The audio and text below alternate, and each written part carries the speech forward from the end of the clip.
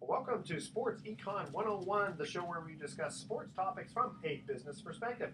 I'm your host, Edward Brown, along with my co-host, Vern Glenn of CBS affiliate KPIX TV in San Francisco. And ordinarily, Bruce McGowan would be here, but he's off today. We have a special guest co-host, Dusty Roady, who's the owner of Excel Fitness. The reason we're having her on is because we have a really special guest on, Dara Torres, who was the first female athlete to be featured on Sports Illustrated swimsuit issue, 12-time Olympian medalist. She's the first swimmer to compete in 5 Olympic Games, and she's got the best-selling book, Age is Just a Number, and she was 2009 ESPY winner for Best Comeback. Holy smokes, she's going to be an excellent guest today. At each commercial break, we're going to be answering or asking trivia questions and sports trivia questions. We're going to be giving away 3 vacations to the first 3 emails with the correct answer. And the vacations are not sponsored by the radio station, but by a Lighthouse Resort and Marina. And the vacations are free. Their only request is $75 cleaning fee to cover housekeeping expenses. You can listen to Sports Econ 101 on iHeartRadio, TuneIn Radio, Sports Byline USA, and CRN. We're also going to be talking about Mark Jackson, the coach of the Golden State Warriors, just recently got fired. We're going to talk about the differences between, what it's like to coach versus being with the owner and the players loving you, and how that all mixes in. Vern's got some very good comments that he's going to be bringing to the table on that.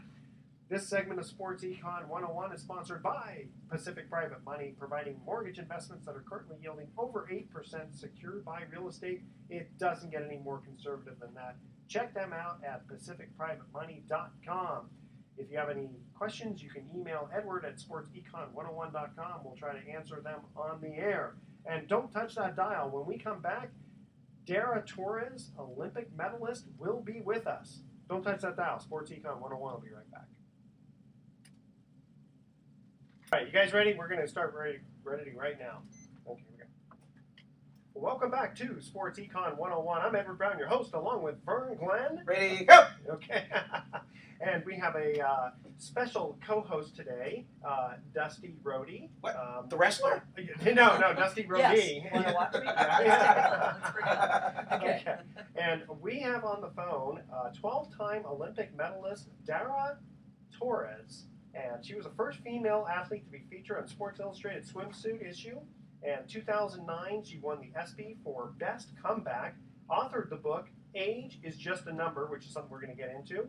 And she's the only first swimmer to compete in 5 Olympic Games. Dara, welcome to Sports Econ 101. Hi guys, how you doing? Excellent. Good. Hey, Dara, I just want to get right to it. I mean, you're just so ageless. I mean, 5 Olympic Games. I had the pleasure of covering you guys for 2 of them, especially the Sydney Games in 2000. And everyone wants to know just what is the secret of your success to be essentially the oldest one on the Olympic team for maybe the last 3 Olympics, and to continue to do it at a high level. I think there's a few factors. I think the fact that I took some time off and allowed my body to recover, and it's not like I said I'm going to retire, but I'm also going to come back. I just really always thought I was done swimming, and then, but while I was off, I always stayed in shape. I mean, I love to work out. I love the way exercise makes you feel on the inside and out, and so I always stayed in shape even though I wasn't in a pool. So I think that was pretty big, and then I was lucky enough and fortunate enough to have sponsors where I could afford to surround myself with the best people to help me reach my goals. I mean, whether it was stretching trainers or, strength coach or my coaches or massage therapists, I was very lucky. And to me, it was really more so about a team effort, not just me doing this. Yeah, well, I know luck had a lot to do with it. I mean, but let's talk about the God-given ability. I mean, Dara, you're swimming against girls that are half your age, and you're beating all of them. I mean, I'm told that nutrition also might be a part of it, right? Nutrition, and I also have good genetics. I mean, I have parents that were very fit, and I think that plays a role in it. But a lot of it's mental too. You have to want it, and I think the fact that I was out of the sport so many times for so many years. I missed it, and I missed the competition. And as I got older, I became, I think, mentally stronger because of my maturity level. And Dara, I'm just wondering, now as you're presenting your book and your talks and your inspiration throughout, how do you deliver that kind of, because as Vern was saying, there's something innate, there's something, as you say, maybe genetic, but how about that mental part? How do you deliver that with women? You know what's so funny is I think a good example is when I was swimming the finals of the 50 free at the Beijing Olympics. It was my last individual event. It was the first time I've ever seen first in an Olympic final for an individual event.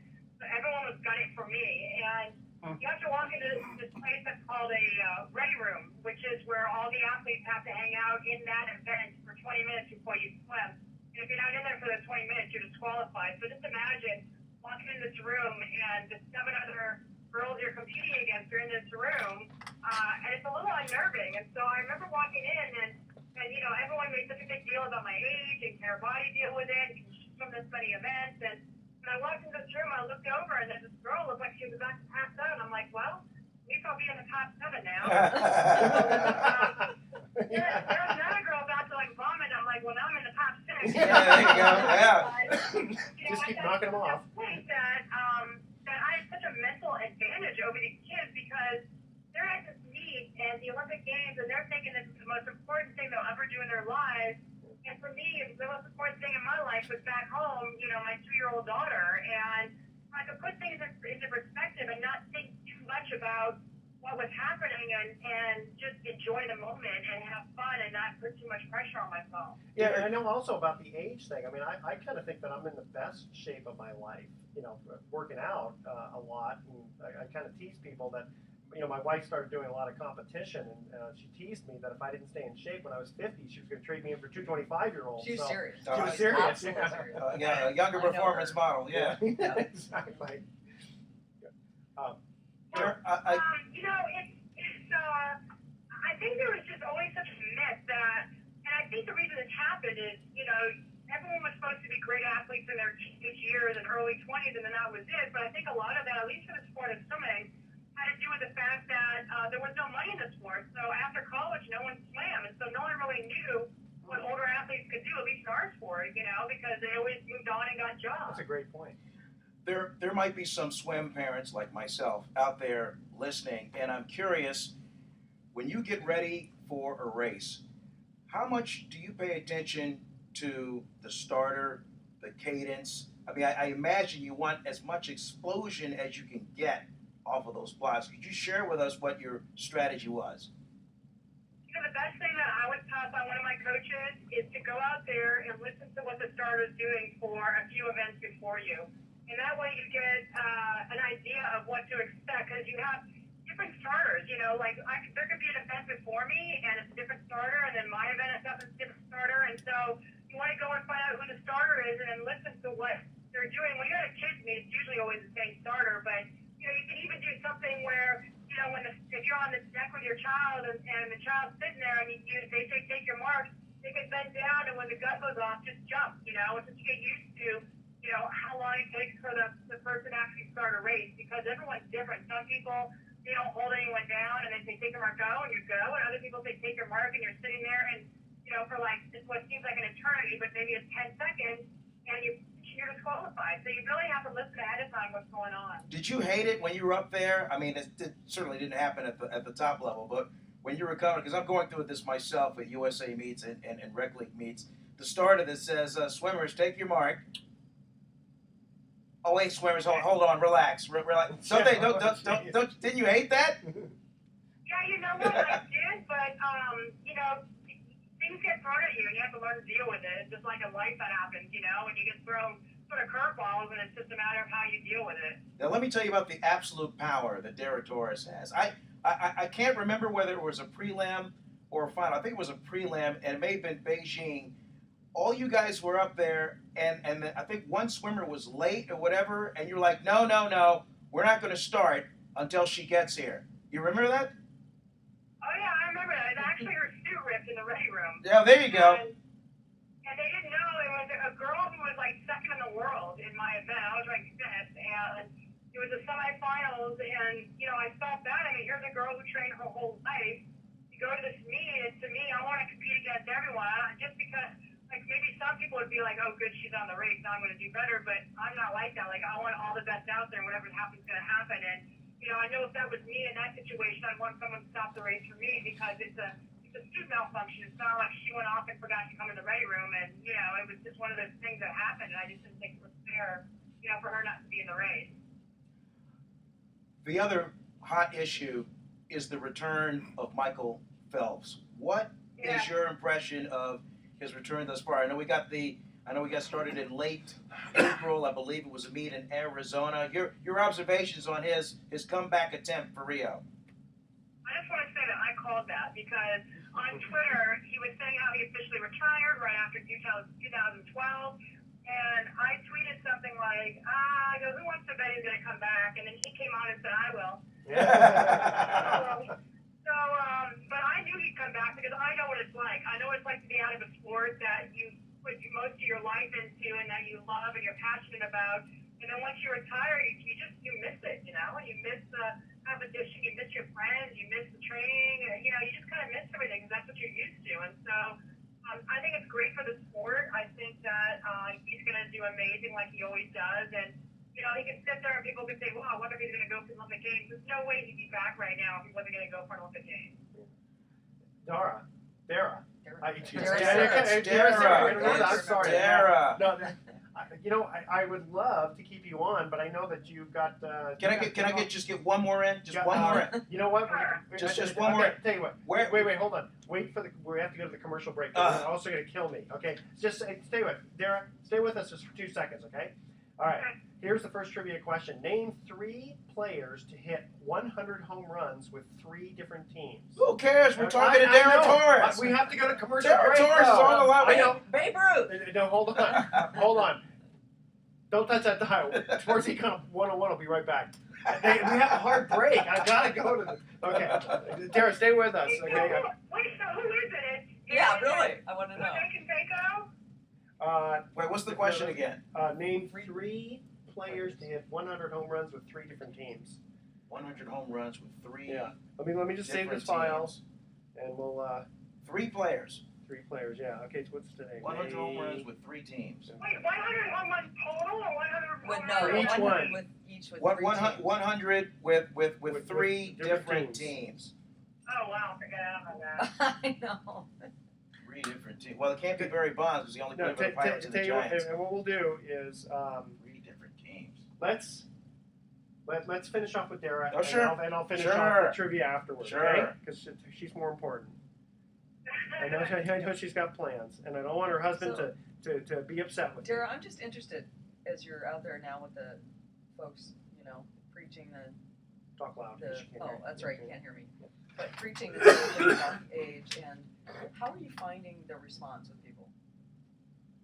You want to say that for the You want to ask her on the air? Yeah, why don't you ask her? We're not back I yet. tell you what, Dara, Oh, no. I thought we were let her talking- ask we you were coming back on the air. Yeah, okay. Sorry. Okay, so we're just going to take a few more minutes with you. You let us know when you need to cut out, okay? So here we go. Okay, I say Reggie Jackson. Hold on. Actually, yes, he is one of them. Oh, look at Derek. She's a Very good. She's a true one. Okay. I don't know anyone else. But Okay. I say Reggie Jackson. Well, you will have heard of at least one of the other guys, and then maybe the other one. But okay, here we go.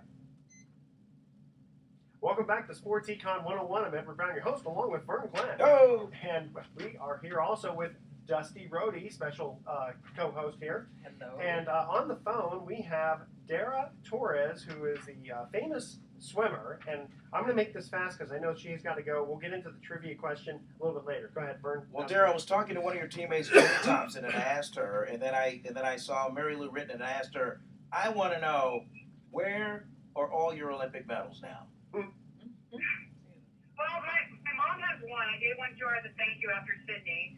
And then I keep them in a safe. And what's so funny is I used to keep them under my bed. My mom's like, no, you gotta keep them in a safe. Someone's gonna steal them. Don't keep them out. In your house. And then I give her the Olympic medal, and I walk into her house at Christmas time. And it's like at the front door, right when you walk in. I'm like, For years, Mary Lou Retton kept all of her medals and a Wonder Bread bag under her bed. And then one That's day, so crazy. yeah, one day her husband was just doing some house cleaning, found the medals, and then decided to formally mount them, and have them in a nice prevalent place in the house. But isn't it funny? I mean, I know when it's over, but I mean, all these, you hear Wayne Gretzky's MVP trophies like in the corner of a garage and stuff like that. It's just funny what people do with these things. Whereas if you're a fan outside looking in, you're like, wow, man, you must have built a shrine or a man cave or something, Well, if you have a bunch of them, I can see where you have room, only so much room. You want to ask one quick question? Just quickly, now when you're in the new venture, when you're out there and sort of preaching that whole thing about you can get back in, you can be active, you can do this whole lifestyle regardless of age. Yeah. I'm wondering, when you find the reception, where do you find the most barriers for people? Where I find the most what? Barriers, the kind of resistance for people With thinking, people?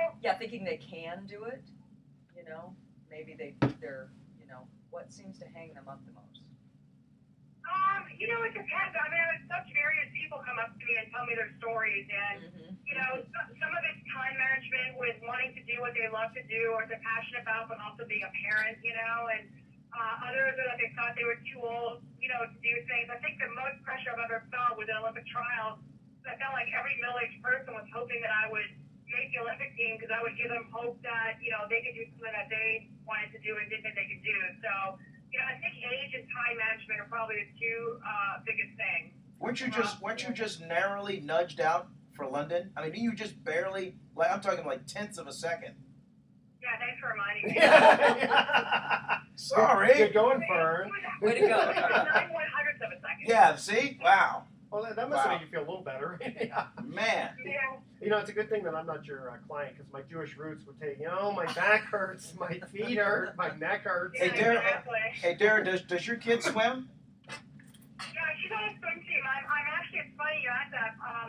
She's on a swim team. I've just been going around promoting this new program called Swim Today, and and this is like my little pitchy thing here, but 80% of parents who have their kids in swim lessons never think of swimming as a sport to put their kid in when they're thinking of youth sports. And so I've been going around, and my daughter's on a swim team. She just turned 8, like a couple of days a week, and trying to educate parents like how wonderful the sport of swimming is and how much fun they have. And the biggest thing I think I like about it is I'm not watching my kid on the sideline, not in being involved in the sport. Like in swimming, you're always participating, and that's a great thing about it. Do you think you could coach?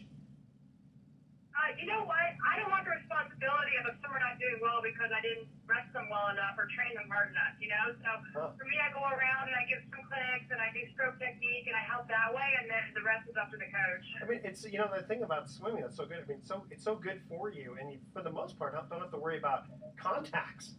Contact sports. Exactly. Yeah. No, my daughter does lacrosse too. I'm so scared she's gonna get hit by a stick or a ball, and it's an easy sport, and there's not a lot of injury in swimming, What's the best advice you can give, say, like a 14, 15-year-old, maybe has been like a gifted rec league swimmer, but has made the transition What a coincidence. to Your competitively. son. No, but this is for other people out there because Dara, back me up. The burnout factor can sink in there. Oh my gosh. So and a lot of these kids, I know it's a different time. It's a push button world, and a lot of kids feel entitled and that they can just wake up out of the bed and be an Olympian, but without realizing that there's work involved. But what kind of advice would you give for kids today that want it, maybe don't realize the work involved in it, but have to somehow get through it?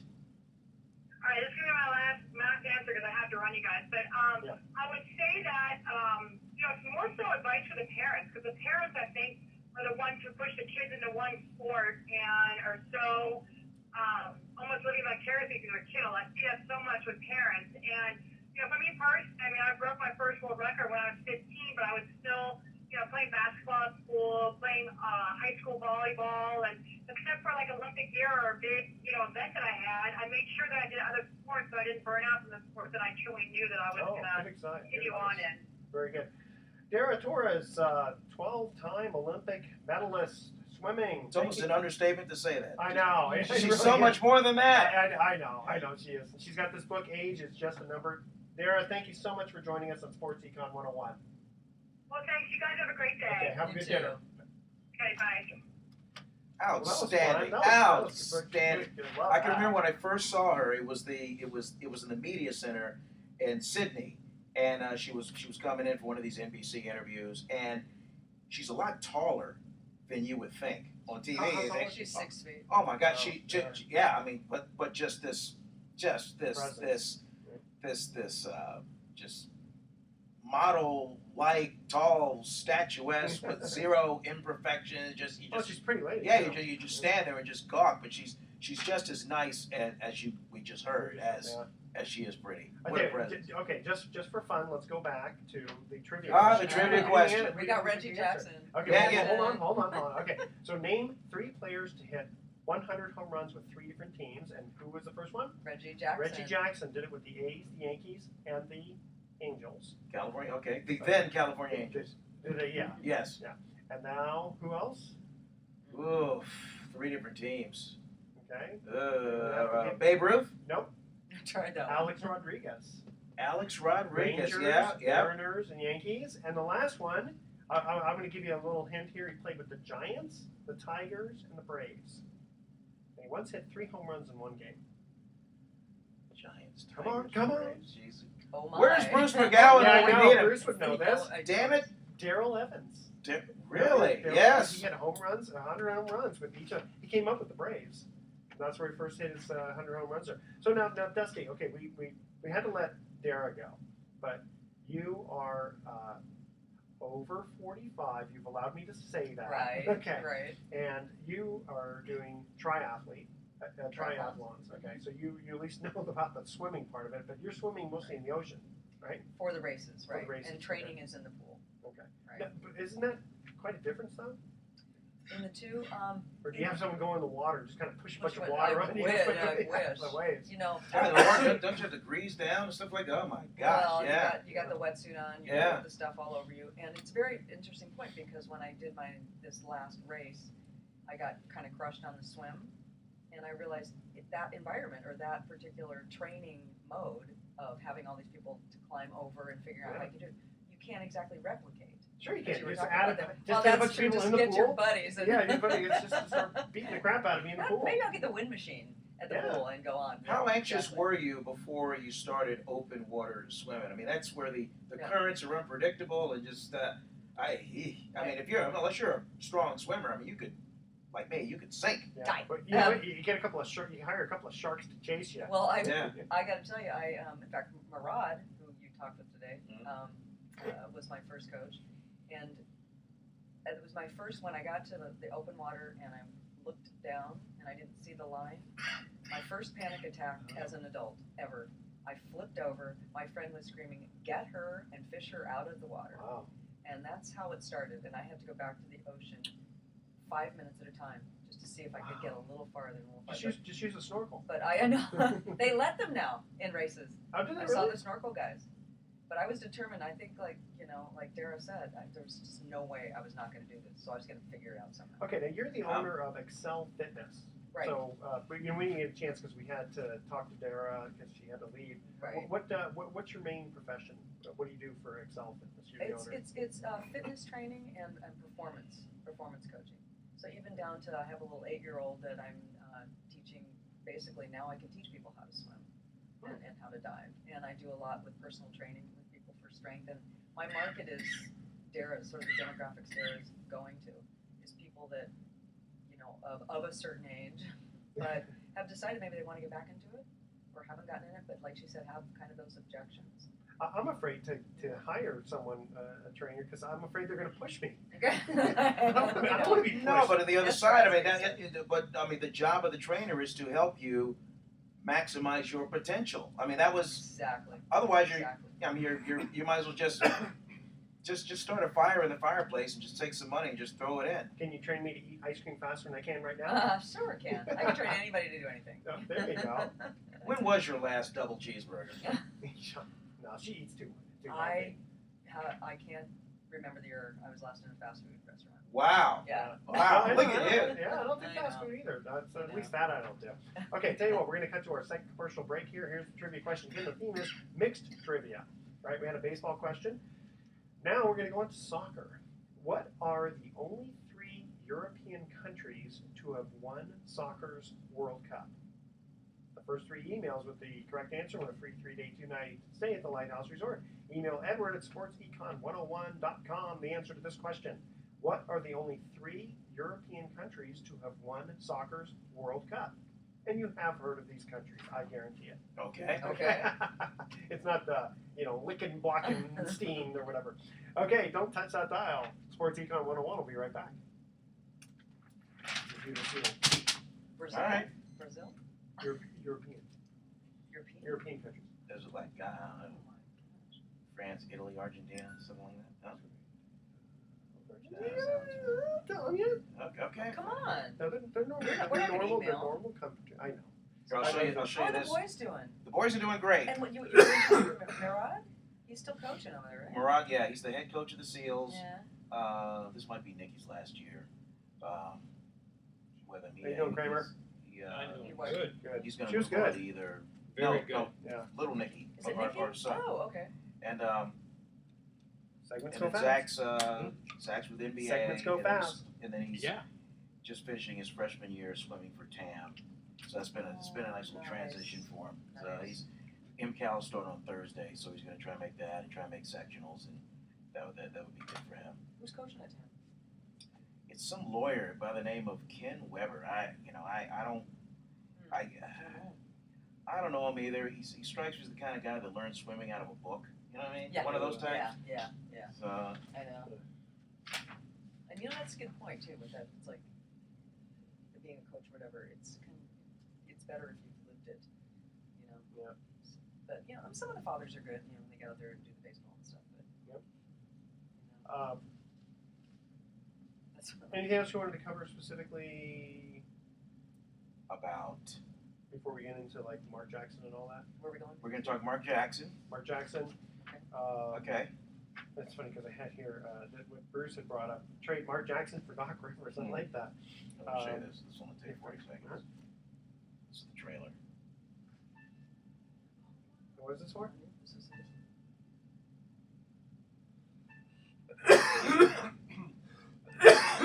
film today. Had that last week. I did. Vern had to fill in for me for most of it. Oh gosh. The worst. Okay. Edward, before I forget, I can't be here the 29th. Can you write that down before I? Okay. So that opens you want me the to show, email and it? then it's Yeah. like a 4 I or 5 figured minute you show up, where you don't, we recap Yeah. the previous meeting, we look ahead Oh, to the next meeting. on the and then he gives 14th, his thoughts we're about, recording we're running 2 shows on the games, 14th, not the 15th. So we shot a whole season last That's a year. Wednesday. And so today we shot the first episode of the new Glad you said. season. Yeah, That's yeah. so cool. Murad's, he's been very good with the kids. Yeah. Um, He's been doing it. He's been coaching. God, he's been he off and on just like because he was with the Pirates for a while, coaching for Warren. 14th, 14th, Yeah. yeah. Wednesday the 14th. Do you follow that? I hope. 4 o'clock. Sorry. We can. Yeah, 4 to 5, 5 to 6. Good. Could be in 2 shows. Okay, thank you. All right, so Mark Jackson next. Yeah. Here after we get- go. After we get the trivia question. Ready? Oh, the trivia quest. Yes, Here we sir. go. Welcome back to Sports Econ 101. I'm Edward Brown, your host, along with Vern Glenn and our guest co-host, Dusty Roady. Hello. Hello. Okay, when we cut to the second commercial break, we asked this trivia question. Again, the theme is mixed sports. What are the only 3 European countries to have won soccer's World Cup? My guess is France, Italy, and Argentina. No, Argentina's not a European. Okay, so It's France, Italy, and Italy is correct. France is not correct. France is not correct. France, they've never won. Germany? Germany, West Germany, yes. Okay. And So we got Germany and we got Italy. Germany, Italy, And who talks like this? The Brits?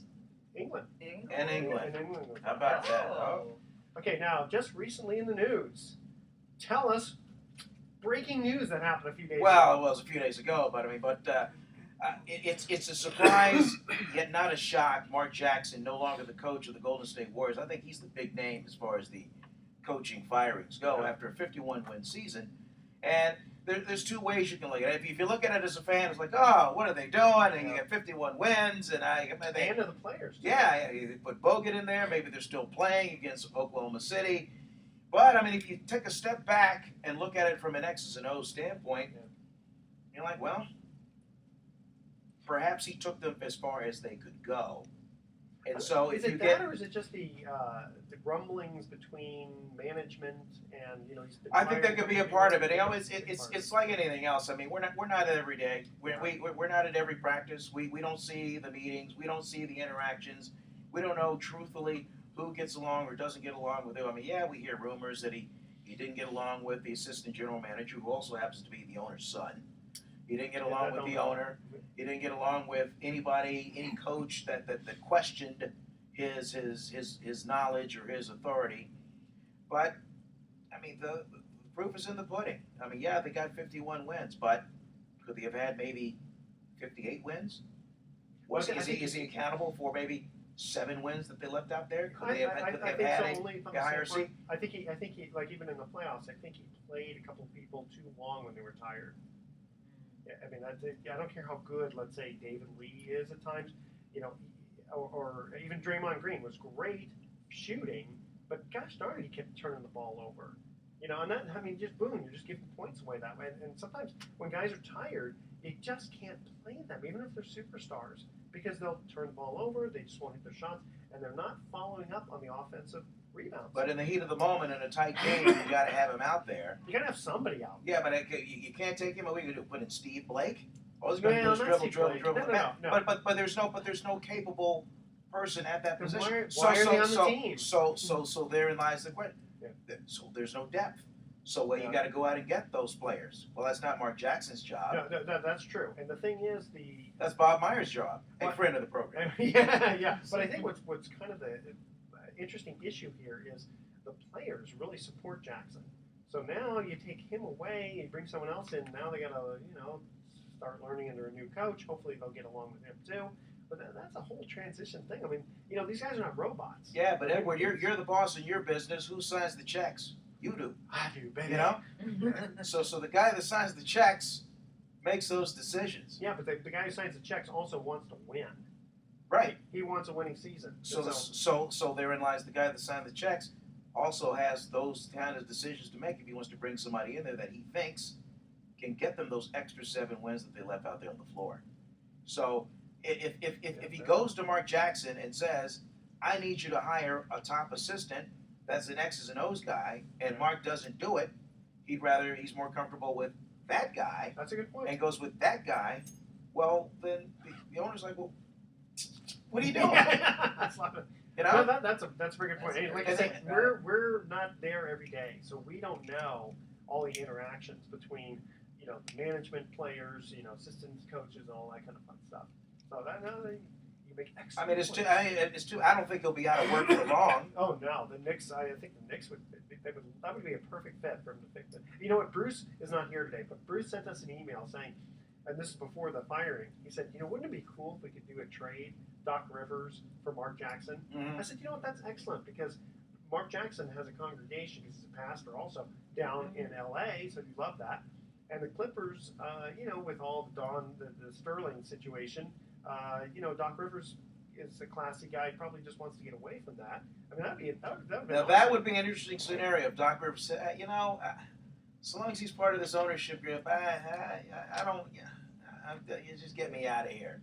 And then all of a sudden there's a vacancy, and then and Doc apparently here comes the Reverend. They were both in Lakewood. They're both in Boston, so they know each other. Yep. There's talk of Steve Kerr coming on. The Steve Kerr sweepstakes. Yeah. Everybody's romancing this guy. Apparently he's a basketball savant.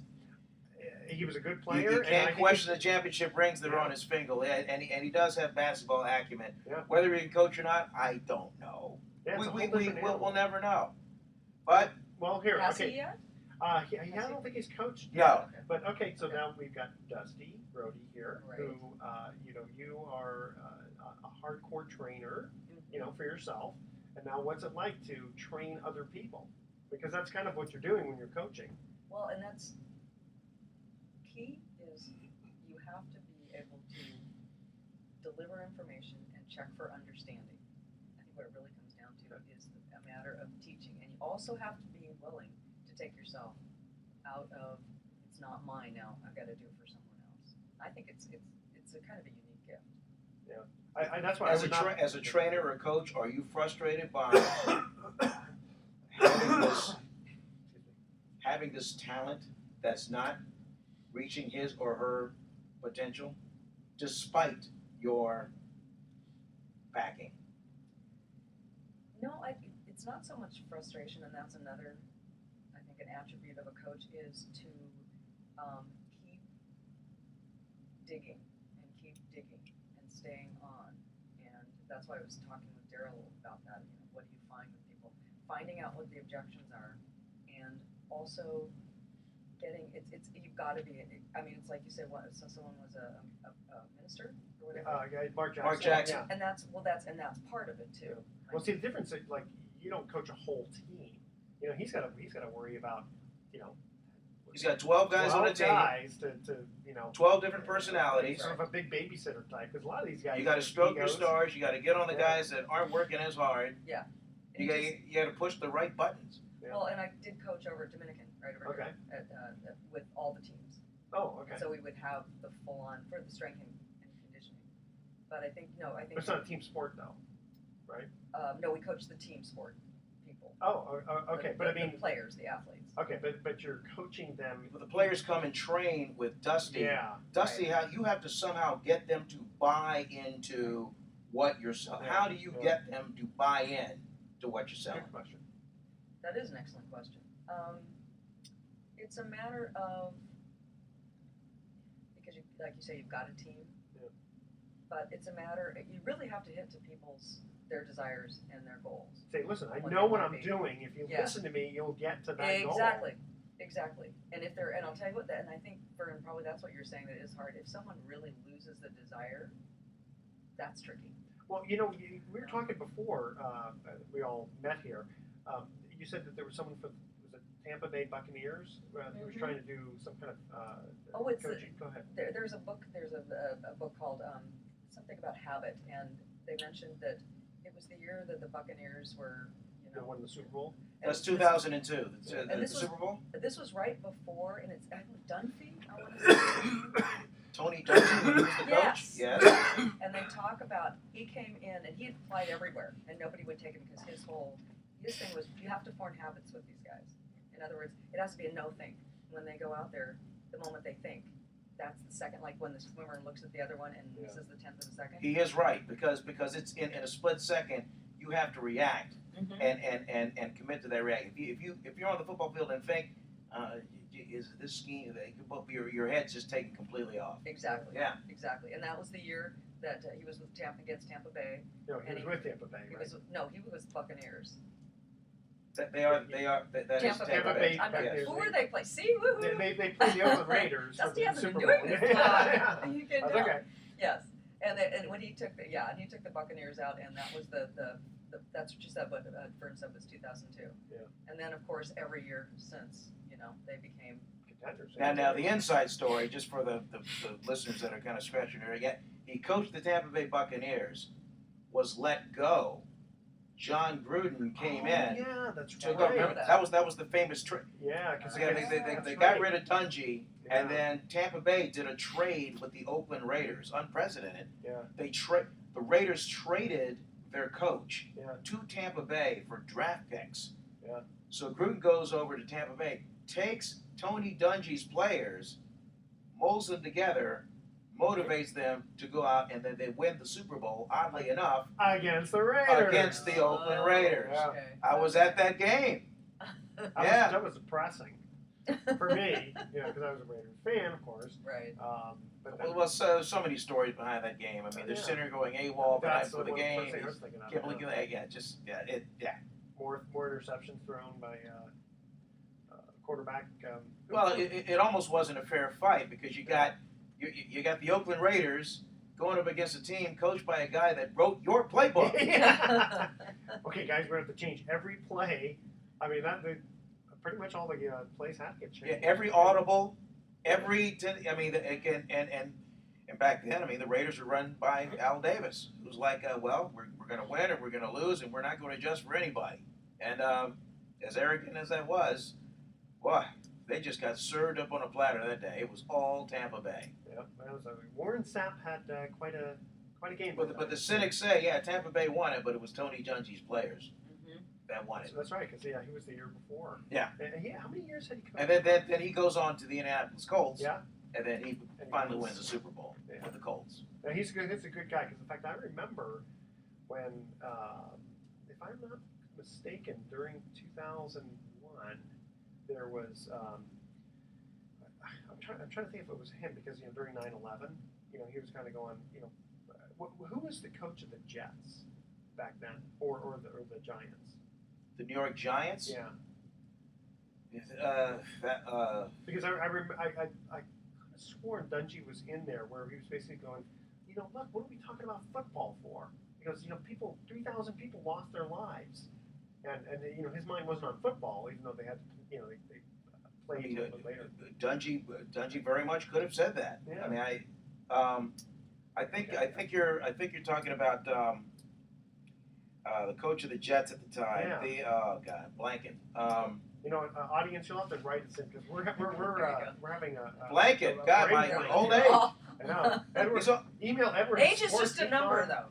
That's true. Yeah, thank you very much. Yeah, email Edward at sportsecon101.com. The answer to that question: who was 2001 coaching the Jets? I'll come up with it in a I know second. it's the Jets. He works for ESPN now. He does NFL primetime Well, on Tony ESPN. Tony Dungy. No, that's not. Well, he's with Chiefs then too, right? Anyway, while you're Joe Namath. no. Come on. Broadway Joe? Broadway Joe, see, you are showing your age on that one. Okay. Thanks. All right. Here we're going to cut to our third and final trivia question while Vern looks this up on the internet. Okay. Talking baseball one more time here. Herm Edwards.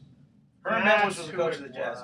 Because he had the famous press car. Hello, you play to win the game. Hello. Herm Edwards. Herm Edwards. Thank you very much. That is correct. This center From Monterey Salinas. Is that right? Played at Cal. Okay. We got to quickly go to For a this break year. here. This center fielder hit 50 home runs in 1996 after never having hit more than 20. I know exactly who that is. Any other I know season. exactly who that is. Hold on. Pick me. Who Oh, yeah. caught lightning in a bottle? Who caught lightning in a bottle that year?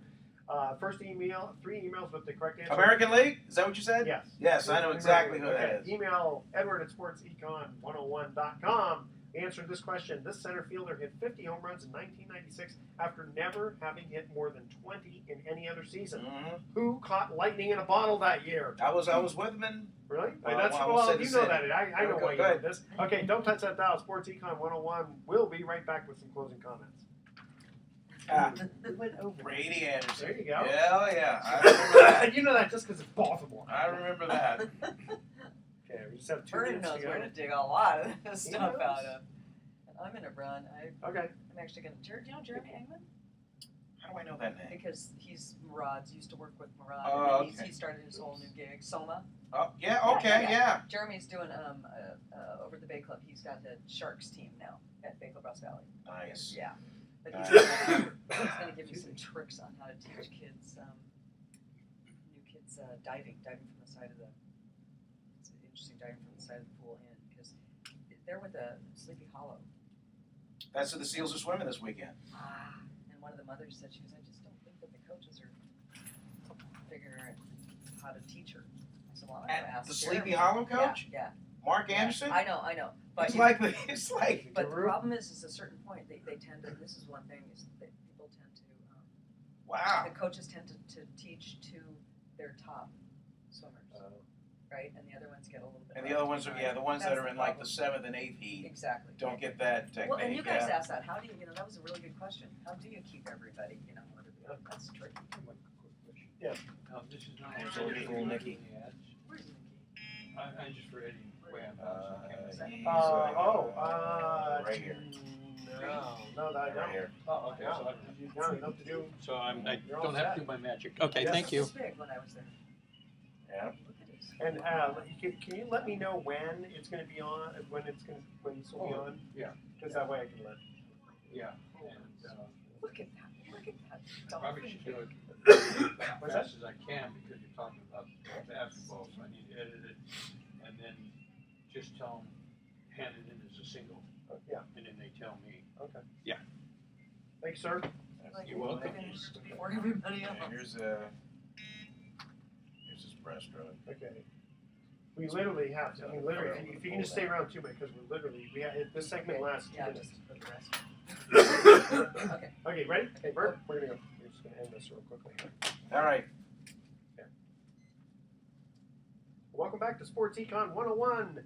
I'm Edward Brown, your host, along with Vern Glenn. What's up? And we've got Kramer, videographer there. And we've got Dusty Roady. Say wave to the Hi, camera. Kramer. I'm sure you got amazing shots of the back of my head as I was looking this way the whole time. Yeah. Okay, final trivia question. This center fielder hit 50 home runs in 1996 after never having hit more than 20 in any other season. Who caught lightning in a bottle that year? Comes from Baltimore. Well, he played in Baltimore. Brady Anderson. Brady Anderson. Yep. That is correct. I remember when he came up. Yep. That guy was a man. Okay, ready for this? Thoughts for the day. Olympic gold medals are actually mostly made of silver. And dimples on a golf ball help reduce drag, allowing the ball to fly further than a ball without dimples. Now, I thought the dimples were there to slow the ball down once it hit the ground, so that shows you how much I know. And I got a quick spelling You test. could have said, "Oh, I just thought they were cold. Thought they were chilly." Chili. There you go. Okay, now, Vern, this is for you here. Ready? Go. How do you pronounce MACBETH?